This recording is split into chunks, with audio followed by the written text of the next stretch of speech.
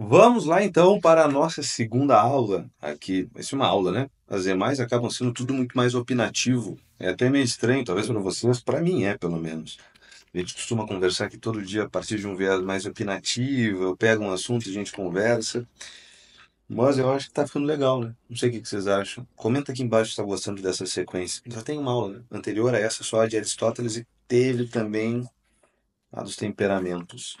Hoje, galera, a gente vai falar sobre René Descartes, ok? Lembrando que eu estou tomando como estrutura cronológica, pelo menos, não de conteúdo, esse livrinho aqui da editora Globo, livro da psicologia, bem bonitinho, tá? A gente falou de Aristóteles, porque ele começa, claro, eu estou dando o meu pitaco, cada uma delas. Na anterior, chegamos a falar dos temperamentos num outro vídeo. Eu vou fazer uma playlist para colocar aqui no canal. Falei um pouco do Galeno, etc. Mas o primeiro vídeo foi daquele principal, né? Aristóteles. Foi no vídeo anterior, onde a gente falou sobre alma vegetativa, alma animal, alma espiritual. O ilemorfismo aristotélico, como se estrutura. E hoje, a gente vai falar desse sujeito muito importante, que ele vai estar de segundo aqui, logo após o Galeno, que é o René Descartes, tá? Onde ele vai inaugurar esse lance importante. Ele é ele é o querido do Cogito Ergo Sum. Como é que é? Esqueci. Penso logo existo, né? É isso? Cogito ergo sum? Acho que é só isso, né? Que ele vai trazer esse dualismo. Se antes nós estávamos vendo o homem como uma substância formada de alma e corpo, mas que essas duas coisas precisam estar juntas para existir, a alma racional Descartes ele vai trazer um pouquinho já numa diferença, uma ruptura entre mente e corpo. Aqui, claro, no livrinho ele vai falar, vai tratar o Descartes como um abobado, como todos os antigos, né? Acaba tendo uma perspectiva mais progressista esse livrinho, onde, digamos assim, o que a gente pensa hoje é necessariamente melhor do que o do passado. A gente vai tecer algumas críticas aqui importantes ao Descartes, mas ele não é esse abobado que está aqui no livro, como às vezes ele é colocado. É importante o que ele causa na psicologia como um todo. A gente não tem a psicologia de laboratório aqui elaborada ainda, né? A gente vai ver isso, essa ascensão dessa psicologia como a gente conhece hoje, de laboratório, assim, com estudo, etc. A psicologia em si, com Wilhelm Wundt, tá? Mais para frente, sei lá, 300 anos para frente, 300 anos para frente. Então, o Descartes, ele está aqui no século XVII, tá? E ele vai trazer, então, esse dualismo importante. Vou até deixar de lado o nosso livro aqui, onde ele vai trazer. Claro, ele foi um soldado, matemático, inventou, acho que é ele que criou o plano cartesiano, né? Que a gente conhece, coordenadas, sobretudo. Aquele plano. É um cara bom, não é um cara brabo, inteligente. E aí ele vai trazer, então, esse dualismo, a partir do cogito ergo sum. É isso mesmo, né? Penso logo existo. Onde a gente vai criar uma diferença, onde ele vai trazer essa diferença entre eu até tinha anotado aqui em algum lugar, res cogitans, tá? Que é essa alma, no final das contas, que vai dizer que a alma, portanto, é imaterial, é indivisível, a principal característica é esse pensar, certo? Ah, onde, digamos assim, sentir, imaginar, duvidar, afirmar, negar e querer, e não querer, tudo isso é modos de pensar. Sentir, inclusive. Olha que interessante, né? Vai tratar o sentimento como uma ideia. Isso aqui é importante. Por exemplo, se eu coloquei a mão no fogo, o sentir calor, queimar a minha mão, é uma ideia que se manifesta na minha alma. Como se fosse então um fantasma na máquina começa a aparecer aqui. E o outro lado é a res extensa, o corpo, no final das contas, que é material, que é divisível, que opera como uma máquina. No livrinho ali, ele vai dizer que a gente tem fluidos, espíritos animais, digamos assim. É quase como se fosse pneumático o corpo humano. Que através desses fluidos, a alma então controla o corpo. Então a gente vê essa diferença. Só que olha como é interessante. O Descartes ele vai partir então dessa certeza de que a única certeza que eu tenho na vida, ele vai ter aquela dúvida radical, né? Eu vou duvidar de tudo, mas só uma coisa eu não posso duvidar, que é que eu penso. Penso, logo existo. Só que olha que interessante. Aqui a gente já começa a entrar numa coisa que é meio paradoxal. Penso, logo existo. Ora, para eu pensar, eu preciso existir. Então a gente já começa com um problema aqui, né, de lógica no final das contas. Só que a nossa experiência real, concreta, e isso é muito importante, que isso é aristotélico, então por isso que a gente começou com Aristóteles, vê, a- se a minha única certeza é que eu penso, olha isso aqui, por que que a minha vontade de fazer cocô parece mais real do que esse meu eu lógico, esse meu eu pensante? É que nem quando a gente fala assim, na força do pensamento, o pensamento tem poder, ok. O dia que alguém conseguir segurar diarreia com o pensamento, a gente começa a conversar. Isso não acontece. Isso aqui vem de uma visão cartesiana, a gente vai ver os desdobramentos culturais disso logo. A gente percebe aquele frio na barriga quando a gente vai falar alguma coisa e está em público meio tímido, aquele rubor facial, a gente sente fome. E a gente pode acabar se perguntando, beleza, é o meu corpo que manda em mim ou eu que mando no meu corpo? Aqui a gente começa a complicar um pouco a vida do Descartes. Porque às vezes parece que é assim, né? Parece que o meu corpo influencia em mim. Mas ok, o nosso Descartes, ele vai trazer o que acaba sendo importante. Ele traz o sujeito pensante como centro do conhecimento. O sujeito que pensa, o eu que pensa. Não é eu que sente, não é o eu que imagina, é esse eu que pensa. Isso é muito importante. Os pensamentos, portanto, eles se tornam o centro da filosofia de Descartes. O que antes era a coisa da alma, talvez fosse algo mais voltado à teologia, beleza, a gente começa, ele inaugura o método analítico. O método analítico é se dividir, né? Eu divido a coisa em partes para poder estudar ela. Daí surgem as ciências até. Ele é o pai das ciências. Por quê? Sei lá, fogo, vamos analisar o fogo. A partir da física, a gente analisa ele como processo de queima, de combustão. A partir da química, a gente vê os carbonos ali, sei lá, entendeu? É isso. Eu divido. Eu consigo pegar um objeto e olho a partir da dimensão física, depois da química, sei lá, da biologia, que é queimas de calorias aqui, enfim. Então, tá. A gente vê então esse dualismo aparecendo entre um eu pensante e um eu concreto. Que coceira no meu nariz, cara. Desculpa que eu tô com alergia. E a gente vê algumas diferenças. Ele vai colocar esse eu pensante como algo abstrato, como algo lógico, como esse eu que observa. Se tu tá prestando atenção aqui nesse movimento, talvez venha algo assim, tipo Matrix, né? Neo. Ah, se tu viu o filme Matrix, né? Tipo, tem o eu que tá na Matrix e aquilo. Tá, tem algo disso. Vamos conversando, de repente, daqui a pouco a gente volta nisso aqui. E o eu concreto, o eu mesmo, Diego, não esse eu pensante, percebe? Ele é encarnado, tem corpo, ele é histórico, tem afetos que me atravessam. A gente consegue ver esse paralelo entre esses dois eus, né? O Descartes ele vai trazer também que esse eu pensante ele vai buscar clareza, busca distinção, enquanto o eu concreto lida com ambiguidades, meus sentimentos, desejos e limitações. Outra coisa que tem um cheiro disso aqui é aquela coisa claro, dentro da psicologia, a gente está falando de história da psicologia, aquela isenção. A gente ouve isso na faculdade, né? Não, tem que ser isento. Tu tem que deixar o teu eu lá fora. E o que entra é muito parecido com esse eu pensante, né? Não, o que tem que entrar no setting com o paciente é esse eu pensante.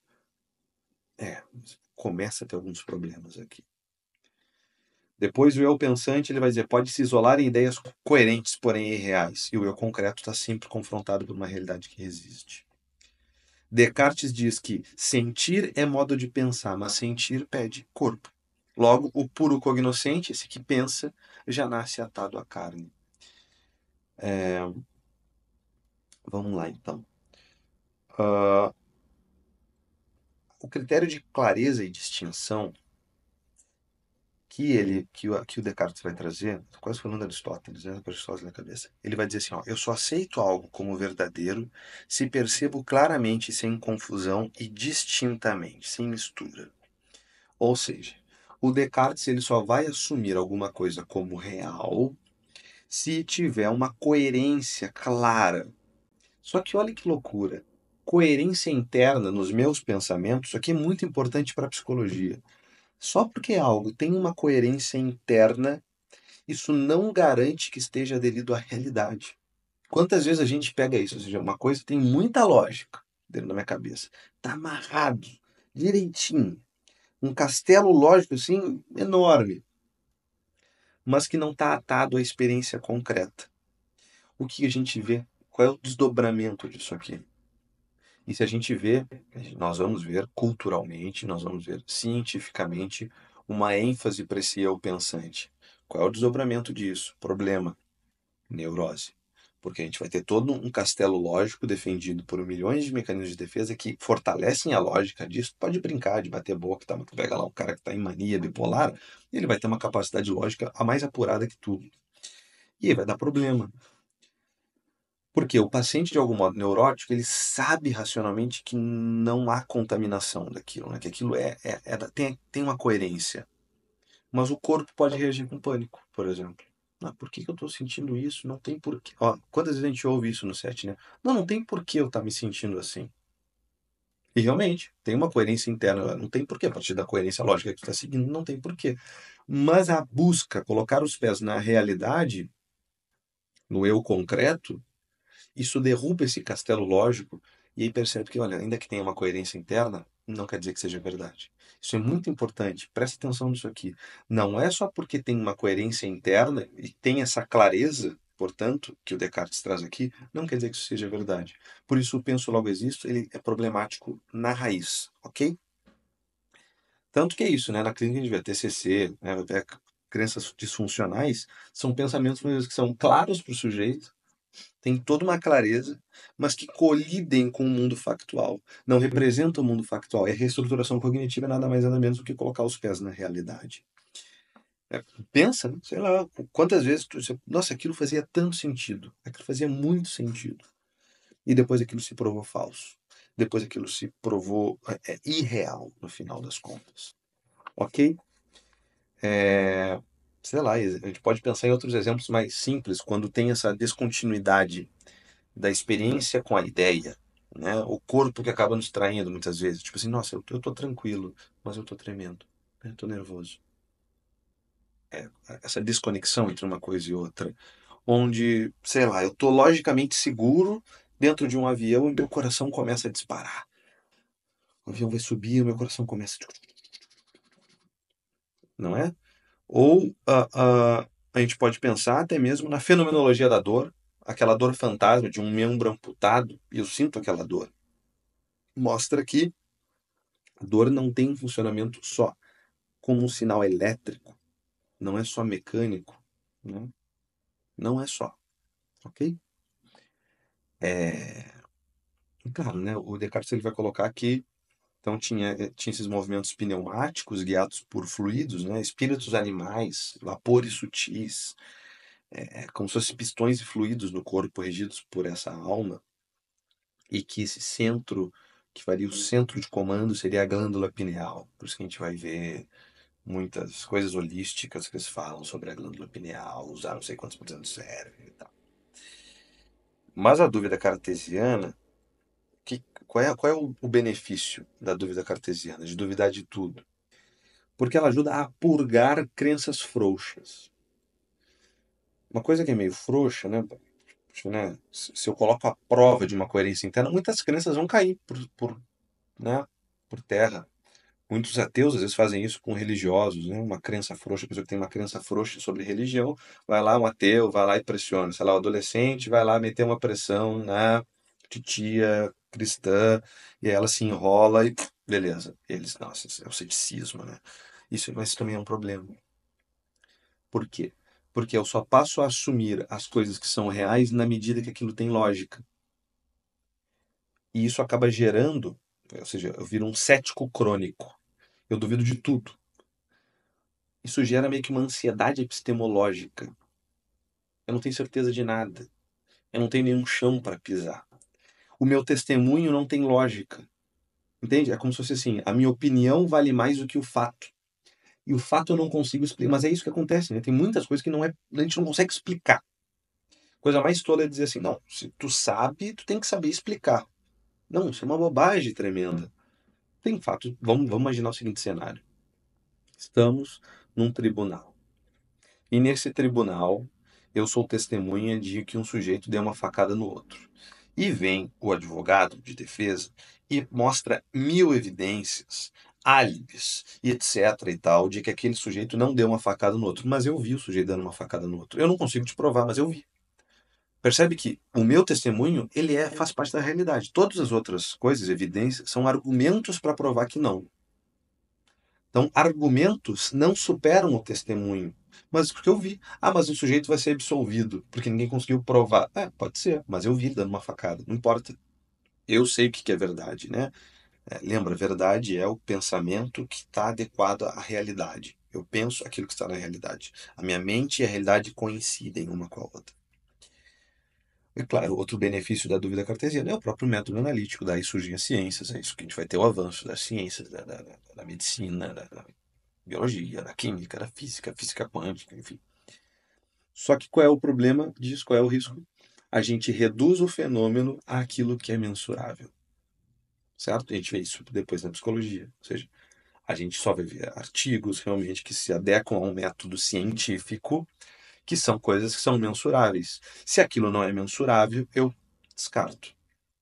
Ou seja, eu simplifico, eu perco a complexidade do fenômeno. Isso é problemático. Às vezes pode ser que algo que eu não consigo medir pode ser substancialmente importante. A gente vai chegar num exemplo aqui interessante. Qual é o exemplo interessante? Eu tenho aqui anotado em algum lugar. Vamos lá, vamos imaginar assim. Ó. Não, vou deixar isso aqui para depois. Vou fazer um exercício com vocês daqui a pouco da experiência do real. Tá?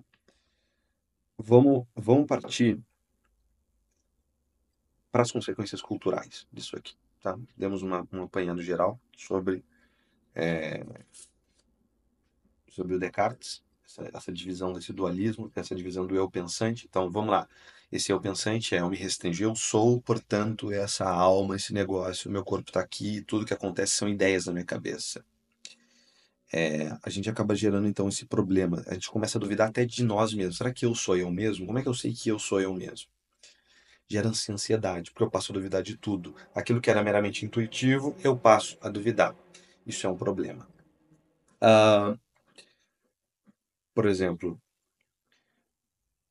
tem uns versos do Fernando Pessoa, de Tabacaria, que ele diz assim: ser eu que penso, mas penso ser tantas coisas, e são tantas coisas que não podem haver tantos. Né? Ou seja, ele diz: olha, eu penso ser tantas coisas, olha, cara, eu sou eu, ponto. Né? Quem é tu? Então, essa é a pergunta mais safada de todas, né? Ah, quem é tu? E aí é como se fosse assim: se tu não sabe responder quem tu é, não, eu sou a pessoa que trabalha. Não, eu não perguntei o que tu faz, eu perguntei quem tu é. Essa é uma pergunta safada, né? Porque me dá uma sensação de desidentificação porque eu não consigo responder. E ninguém consegue responder essa pergunta muito bem. E aí, por não conseguir responder essa pergunta muito bem, gera um sentimento de: caraca, eu tô me sentindo menos eu. Faz a experiência. Tenta descrever, ó, quem sou eu? Tenta descrever isso. E tenta argumentar, não, tu descreveu o que tu faz. Eu quero saber quem tu é. E aí gera esse sentimento de: caraca, eu não sei dizer quem eu sou muito bem. E aí tudo gera esse sentimento de desidentificação, tá?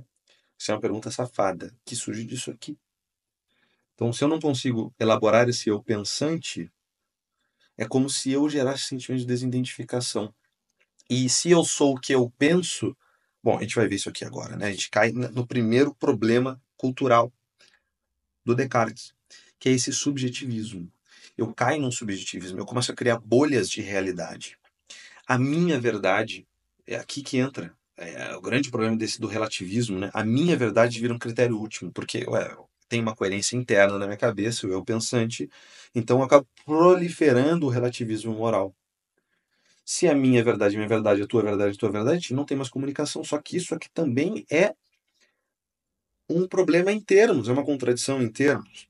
Talvez a gente fale, talvez um dos vídeos aqui de opinião fale sobre isso, não vou adentrar no relativismo. Eu suponho que tu é inteligente e que se tu fala que cada um tem a sua verdade, isso é burro. Para, tá? O professor aqui está dizendo que isso é burro. A gente pode adentrar isso no outro vídeo. Aí tu comenta aqui embaixo. Eu quero um vídeo sobre minha verdade e relativismo. Mas isso é burro, ok? Outra questão do subjetivismo. Gera guerra de narrativas. Não é isso. Na política, às vezes, é justamente isso. Ou seja, são narrativas. São eu, os pensantes, que geram narrativas e ninguém está se importando sobre o que que é a própria realidade. É, sei lá, principalmente em rede social. É um monte de ego cartesiano brigando um com o outro. Ah, o que que faz sentido, o que que não faz sentido. Então, e também entra nisso, né? Dentro da clínica entra esse problema de um constante loop validatório que o paciente que está preso nesse eu pensante de falar de si mesmo também, uma verborragia e tal, etc. Porque ele está muito preso e identificado com esses pensamentos. Daqui a pouco eu falo isso, mas a ACT, por exemplo, aceitação e compromisso, terapia de aceitação e compromisso, vai falar de desfusão mental. Eu não sou o que eu penso, eu sou o que eu sou. Segundo problema, é o mecanicismo. Deixa eu subir um pouco a cadeira aqui, que eu não estou gostando do enquadro. Pronto, melhor. Um pouquinho, subir um pouquinho. Deixa eu ficar aqui. A tecnocracia e engenharia social. Então, a partir desse viés mecanicista que o método analítico me permite, ou seja, eu começo a mensurar tudo, eu passo a olhar para a natureza como uma grande engrenagem, então o mundo como uma grande máquina. Problema, eu começo a conseguir metrificar tudo. Né? O Big Data é isso, né? O dilema das redes, esses negócios que a gente viu por aí, né? Ou seja, eu tenho dado para tudo, então eu crio uma falsa ilusão de que eu sou capaz de controlar tudo e eu gero esse desejo de controle total. Se eu consigo metrificar quantas calorias eu vou comer, etc, pipipi, popopó, de onde que eu vou, quantos quilômetros, isso, velho, isso é meio esquisito, né? Tipo, é bom, a gente consegue verificar os benefícios, né? Ah, eu consigo calcular exatamente para poder emagrecer, exemplo, né, da comida. Mas não é, né? A comida não é calorias. Aquela comida que eu tô comendo, ela não é uma porção de carboidrato e proteína. E se eu misturar X carboidratos com X proteína e fibra, não vai virar aquilo lá, né? A experiência real do comer, eu não estou comendo carboidratos, eu não estou comendo proteínas. Eu estou comendo um bife, sei lá, é outra coisa, né? É muito distante uma coisa da outra. E aí a gente, dessa outra consequência cultural do método analítico, dessa diferença do eu pensante com a alma e do corpo, esse dualismo, é o biohacking, por exemplo, né? Esse desejo de tentar quantificar o meu self, de tentar gerar um ser humano otimizável. Eu vejo muito esse tipo de neurose dentro, às vezes, de uma medicina integrativa e etc. Não, quero otimizar o meu hormônio, quero otimizar a minha vitamina e tal. Tipo, perigoso. Eu já flertei um pouco com isso também. E é isso também, esse problema que eu falei, né? A redução do sujeito à métrica. Se não é mensurável, então isso não existe. Né? Não, não é justamente isso? A gente vê muito isso, às vezes, no meio acadêmico, científico. Cara, não tem artigo para isso, então isso não existe. Eita. Não tem estudo para isso, então isso não existe. Cara, não é bem assim também. Claro, abre espaço para um charlatanismo? Abre, claro. Mas a gente não pode jogar fora a água do banho junto com o bebê. Né? O bebê junto com a água do banho, dá problema.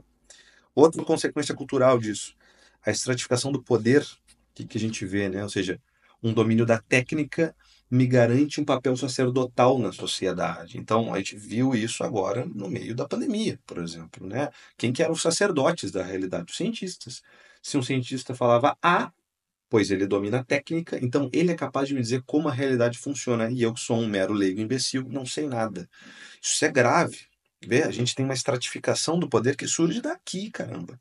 Ou até um capital simbólico, um grande poder para engenheiros de dados, né? Ou seja, é, vê lá, tá no dilema das redes lá, né? Então, cara, eu sei o que que ele faz, sei onde ele anda, tem os dados, eu preciso ter os dados. Se eu tiver os dados, então a gente está numa onda de inteligência artificial.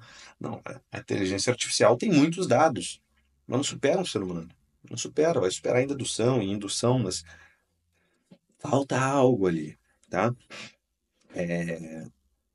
A gente vê outra consequência cultural, essa divisão entre ciências exatas e humanas. Claro, muitas vezes o pessoal das humanas não se valoriza, enfim, seria um problema cultural aqui mesmo também, mas a gente acaba vendo, né? Aquilo que é metrificado ganha dinheiro, aquilo que não é metrificado não ganha dinheiro para poder avançar, para poder estudar, subfinanciamento, né? Que mais? A gente resulta na crise da replicabilidade, ou seja, se algo não é replicável, então desconsidera. E na psicologia tem muito isso, né? Muitas coisas na psicologia não são replicáveis. A dor humana, ela não é replicável, é justamente isso, né? A minha dor é diferente da tua. A gente pode até fazer uma escala de ansiedade do Beck, tentar metrificar ali, acho que é um PHQ, se não me engano, e a nível de depressão e etc. Mas puta, é meio inadequado, né? Para fenômenos complexos como isso. Outro problema é isso leva, esse pensamento cartesiano leva a um culto desse indivíduo pensante, que acaba se degenerando, portanto, em sistemas que se padronizam em massa, né? Começa a se pensar como massa. A gente pode ver lá no Admirável Mundo Novo, é o suprassumo do método cartesiano, aquilo. Eu tento metrificar tudo, a quantidade de sangue, de oxigênio que ele recebe no sangue para poder transformar, e não dá certo. É um bom livro. A gente vê assim, cara, não dá. A realidade é maior do que aquilo, né? Ela empurra. O behaviorismo de massa não vai funcionar. E aí, desse modo, acaba surgindo o Estado e corporações que assumem essa função de mente maior reguladora. E a gente vai ter créditos sociais, como tem na China, ou o próprio Serasa, de algum modo é isso, né? É um Serasa 2.0 que tem na China, que é os créditos sociais, né? Programa de higiene social, que aí a gente vê coisas graves, como, por exemplo, a eugenia, os manicômios, que eram para prender preso político, tudo isso vem daqui. O taylorismo, o fordismo, o corpo operário ali sendo cronometrado, surge daqui. Uma propaganda bélica ali na Segunda Guerra também vem disso. Ou testes psicológicos para contratar, né? Ah, não, o sujeito ele pontuou tanto aqui no Big Five, então eu posso colocar ele aqui nesse cargo, etc. Problemático isso, né? O dualismo, portanto, abre espaço para a mente social planejar o corpo social, para o corpo executar, sem uma ponte dialógica aqui, né? Digamos assim, um método de alienação coletiva. Ah, beleza, a gente vai ver algumas pontes, né, e algumas respostas contemporâneas a isso. A psicanálise vai trazer isso aqui, né? Que vai dizer, vai ter esse recalque do corpo, vai inserir o inconsciente, esse eu não pensante. É legal, a psicanálise ela vem num momento e por isso que ela sofre tanto, Freud sofre tanto para trazer ela à tona, apesar dela ter todos os problemas dela. O Merleau-Ponty, né, da fenomenologia, que vai dizer eu sou o meu corpo, que vai ter essa percepção pré-reflexiva. O ser aí, o Dasein, do Heidegger, né, a autenticidade, de algum modo, do sujeito exige abandonar essa redoma do cogito, né, do eu pensante. A ACT, falando dessa fusão de pensamento e experiência, esses literais cartesianos. Ok, beleza? Aí, o que eu trouxe aqui? Vamos olhar assim, ó, vamos fazer uma experiência de que o mundo, como que o mundo chega para nós? Por que que ele não é? Eu acho mais fácil assim, de fazer uma experiência, lembrar da nossa experiência para poder, aspas, refutar isso que o Descartes traz. A nossa relação com o mundo, tá? Ela não vai nascer de um processamento lógico das coisas, tá?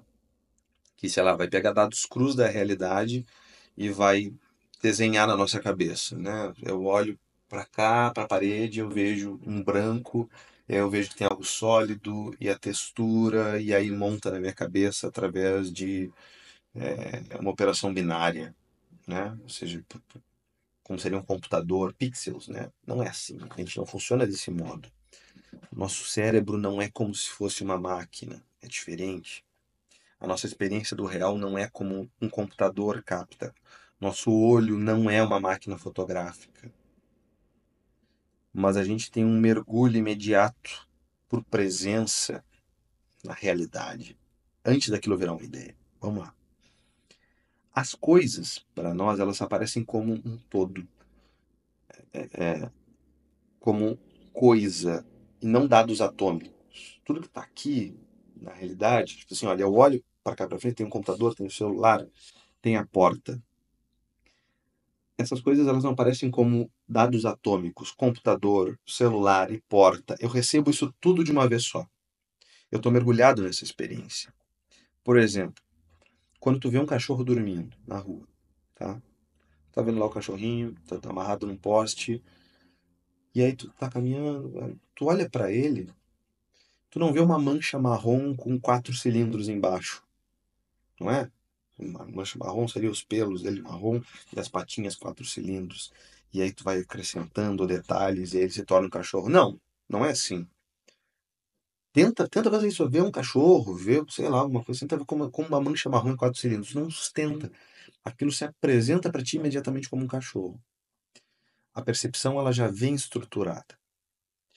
E quando tu vê aquele cachorro, tu vê que ele tá dormindo, mas imediatamente já aparece, parecendo um pitbull lá, que tá dormindo de boa. Tu vai passando perto dele e tal, às vezes tu até, olha, tu nem raciocina muito, mas tu passa com calma, cuidando, porque ele pode te morder. Por quê? Porque esse cachorro ele já vai imediatamente se mostrar o que que ele poderia fazer. Não é tu que elabora, é o cachorro que meio que te informa. O que o cachorro faz? Ele pode latir, ele pode morder, ele pode seguir dormindo, como ele já tá, ele pode correr, ele pode fugir, ele não vai sair voando, né? Isso não tá no seu. O próprio cachorro meio que te informa isso. Não tem asas, ele não vai sair voando, ele não vai dizer: "Oi, Fernando. Oi, Cláudia. Oi, Suzana. Tudo bem?" Não, ele vai latir no máximo. Então tem um círculo de latência. Isso aqui não é uma dedução. Não é porque tu viu vários cachorros e tu viu que cachorros não falam. Meio que aquele cachorro já te informa isso. É quase como se fosse um pressentimento já de imediato, como se o mundo inteiro já viesse com um menu embutido sobre o que, que ele consegue fazer ou não. É isso. Quando eu olho para essa térmica, ela meio que já me informa o que eu posso fazer com ela. Eu posso pegá-la, eu posso agarrá-la, eu posso vê-la, eu posso cheirá-la. Isso tudo já está presente. Eu posso pegar, não justamente, eu posso pegar o que está na minha mesa e a coisa em si já, sei lá, vem esse capotraste, eu posso botar ele no violão, eu posso. A coisa meio que se mostra para ti, tá? Sabendo disso, isso tudo, essa percepção toda, ela já vem para mim com uma cola de emoção ali. Por exemplo, se eu tenho uma fobia com cachorro, eu vejo aquele cachorro que está amarrado, eu já lembro de um cachorro do meu avô que me mordeu, e aí pode desencadear, sei lá, posso lembrar do cachorro do meu avô e meu avô morreu, e aí me dá uma saudade quando eu olho para aquele cachorro. Ou eu lembro do cachorro do vizinho que me mordeu, eu olho para aquele cachorro e me dá uma certa fobia. As coisas já vêm meio que junto. E essa fobia de cachorro, portanto, que algumas pessoas têm, não nasce de uma estatística de mordida, né? Do tipo, se eu tiver X quilômetros quadrados, né? Se eu tiver X quilômetros daquele cachorro, então eu tenho fobia. Não, não. Mas é uma imagem que vem nos meus afetos, na minha cabeça. É quase essa memória afetiva que tem uma história pessoal vinculada ao conceito de cachorro. É assim, né? Celular, puxa, eu vi esse celular diferente, vi aquele, sei lá, o celular aquele do jogo da cobrinha, me traz uma emoção, me traz uma nostalgia de quando eu jogava no celular do meu avô. Parece essas coisas, né? As coisas evocam para nós, a gente não consegue ser isentão no final das contas. Isso é importante, tá? E é isso, e quanto mais emoção eu tenho, mais aquilo grava na minha memória. E antes de qualquer conceito, antes de eu conseguir conceitualizar, eu posso dizer que as coisas existem. Há algo. Percebe? Para eu poder conceitualizar sobre algo, aquilo tem que existir de algum modo, né? Tem que haver. A realidade se impõe a mim.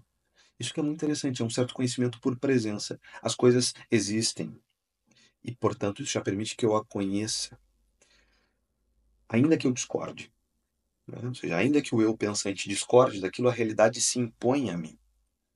Segurar um gelo na minha mão desmente a ideia de que a temperatura é só um número. Segura um gelo pra tu ver. Aquilo meio que dói, né?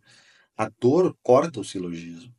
Por isso que seria muito esquisito, né? A gente se falar com o paciente, por exemplo, a partir de técnicas de metrificações. Por isso que é esquisito terapia com inteligência artificial. Por quê? Porque a dor é vivida por presença, estar ali por compaixão, não um silogismo argumental. Não vai dar certo. Ok? Deixa eu ver o que mais eu tenho aqui para nós. A gente pode, então, pensar o seguinte: o cogito, o eu pensante, Ele é como se fosse um telescópio, que me ajuda a olhar mais de perto algumas coisas. Mas a experiência do real, ela é como cair dentro de um céu estrelado. Não, o segredo não é que eu devo quebrar esse telescópio, mas eu não posso esquecer que eu estou inserido no céu estrelado, que eu não sou o telescópio. Eu seria muito tolo se eu visse a realidade somente a partir daquilo que é mensurável. Então, o critério de clareza e distinção do Descartes são ótimos critérios técnicos, mas a verdade, ela parte do quê? De um testemunho, da realidade vivida e aderência a isso. O cortar o eu pensante do eu concreto, tu achar que tu é o que tu pensa e não o que tu realmente é, quando essas duas coisas, esses dois eu se divorciam, o eu concreto do eu pensante, a gente vai ter sintomas, porque a experiência foi sacrificada em função da lógica, ok? Essa é a instalação na realidade que os filósofos espanhóis vão dizer é a reestruturação cognitiva, é o insight. E parte da psicologia atual hoje é uma tentativa de reconciliar carne e ideia. Corpo é importante, por isso que algumas coisas holísticas acabam, às vezes, até infelizmente, ganhando uma ênfase e não são coisas muito sérias. Ok, isso que a gente tem de Descartes, tem muitos autores para a gente avançar. Acho que o nosso padrão de aula vai ser isso mesmo, 30, 40 minutos. Se tu gostou, é importante que, se tu é estudante de psicologia, mande em grupos isso aqui, né? Eu vou criar a playlist para ir acompanhando essa série de história da psicologia. É importante mesmo. Curte aqui, te inscreve no canal. Acho que os outros vídeos também vão te agregar de algum modo, eles são mais opinativos. Eu trato os outros vídeos como, sei lá, eu conversando com meu filho que nem nasceu ainda. Uma forma de eu mostrar opiniões minhas para ele. Tá bom? Se inscrevam, curtam, comentem aqui, é importante para eu saber o que vocês estão achando. Fiquem com Deus, não façam nada que eu não faria e até a próxima. Semana que vem, esse quadro é uma vez por semana. O próximo acho que vai ser sobre hipnose, se eu não me engano.